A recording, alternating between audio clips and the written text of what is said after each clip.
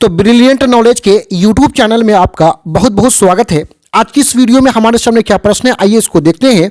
Video यदि आपको अच्छा लगे तो एक लाइक कीजिएगा। आगे भी इस तरह के वीडियोस को देखने के लिए चैनल को सब्सक्राइब करके बेल आइकन को जरूर दबाएं। तो देखिए क्वेश्चन यहाँ पे है, पारंपरिक एवं गैर पारंपरिक ऊर्जा स्रोतों के तीन उदाहरण लिखिए। यदि आप यहाँ पे ध्यान से समझिएगा ना, आपको क्या बोल रहा है कि तीन ऊर्जा स्रोतों के उदाहरण लिखना है, जिसमें से एक गैर पारंपरिक होना चाहिए और दूसरा पारंपरिक होना चाहिए।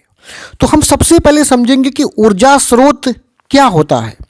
देखिए, ऊर्जा का मतलब होता है ताकत, एनर्जी। जैसे पेट्रोल, डीजल, विद्युत, इसमें ऊर्जा है, इसमें ताकत है। पेट्रोल को हम गाड़ी में डालते हैं तभी चल पाता है। तो गाड़ी को चलने का ताकत, बाइक को चलने का ताकत किससे मिलता है? पेट्रोल से मिलता है। तो पेट्रोल क्या है? ऊर्जा है। तो यहाँ पे ऊर्जा पेट्रोल से मिलता है, तो यहाँ ऊर्जा का स्रोत पेट्रोल है।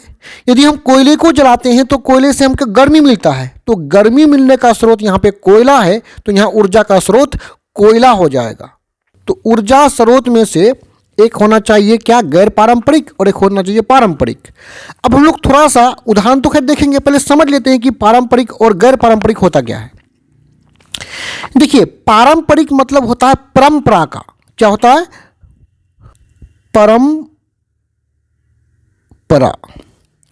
परंपरा का मतलब रीति रिवाज, जो चलते आ रहा है उसको बोलते हैं परंपरा। यानी हम लोगों से एक दो पहले 4-5 पीढ़ी पहले भी बहुत दिनों से उपयोग करते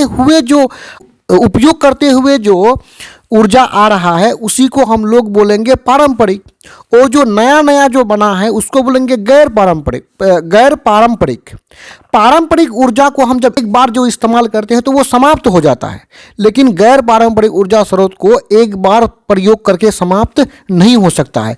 तो आइए इनके उदाहरणों को हम लोग समझते हैं और भी यहाँ पे क्लियर हो जाएंगे। यहाँ उत्तर में देखिए, पारंपरिक ऊर्जा स्रोत के ऊर्जा के 3 स्रोत। सबसे पहला है कोयला। कोयला जो है पारंपरिक ऊर्जा स्रोत है, क्योंकि ये काफ़ी जमाने से इस्तेमाल करते हुए आ रहा है। और कोयला को एक बार हम उपयोग करेंगे तो दोबारा ये उपयोग के लायक नहीं होता है। यानी एक बार कोयले को जलाए तो जल करके क्या हो जाता है? राख बन जाता है। उसी तरह पेट्रोलियम जो जमीन के अंदर से निकालते हैं, तो पेट्रोलियम से ही पेट्रोल डीजल हमें प्राप्त होता है। तो पेट्रोलियम यानी पेट्रोल डीजल को एक बार अगर हम प्रयोग करते हैं तो वो जल के समाप्त हो जाता है। गाड़ी में डाले, वो जल के समाप्त हो गया, दोबारा उसको प्रयोग नहीं कर सकते हैं। उसी प्रकार प्राकृतिक गैस, जो गैस होता है, गैस को एक बार हम जलाते हैं दोबारा प्रयोग में नहीं ला पाते हैं। तो ऐसे ही स्रोतों को पारंपरिक ऊर्जा स्रोत बोलेंगे। अब समझते हैं गैर पारंपरिक ऊर्जा स्रोत क्या होता है। तो गैर पारंपरिक ऊर्जा स्रोत के 3 उदाहरण हैं। सबसे पहले सौर ऊर्जा।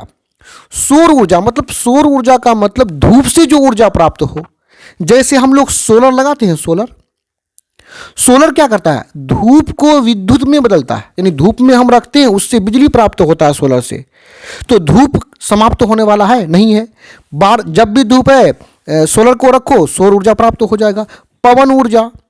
देखिए, पवन ऊर्जा क्या होता है? पवन से जो ऊर्जा प्राप्त हो, पवन से जो विद्युत प्राप्त हो, उसको पवन ऊर्जा बोलेंगे। देखिए, मैदानी इलाके में क्या होता है कि इस तरह का जो है ना, इस तरह का पवन ऊर्जा प्राप्त करने के लिए बड़े बड़े पंखों को लगाया जाता है। इन पंखों पर जब हवा आकर के टकराता है तो ये पंखा घूमने लगता है और ये जाकर के पीछे डायनेमा को घुमाता है, जिससे हमें ऊर्जा प्राप्त होता है। उसी तरह जल विद्युत ऊर्जा, जल से भी विद्युत प्राप्त होता है। पवन मतलब हवा से भी ऊर्जा प्राप्त होता है और जल से भी प्राप्त होता है। और पवन को एक बार इस पंखा को पवन घुमाएगा, हवा घुमाएगा, तो पवन खत्म होने वाला है? नहीं होने वाला है। उसी तरह जल से जो विद्युत प्राप्त होता है, वहां जल समाप्त नहीं होता है। इसलिए ये जो सौर ऊर्जा है, विद्युत ऊर्जा है और जो पवन ऊर्जा है, ये गैर पारंपरिक है। ये हाल के कुछ वर्षों में इसको आविष्कार किया गया है और ये एक बार प्रयोग करने से समाप्त नहीं होता है। तो यहाँ पे ये वीडियो समाप्त होता है। मैं उम्मीद करता हूँ वीडियो आपको समझ में आया होगा। धन्यवाद।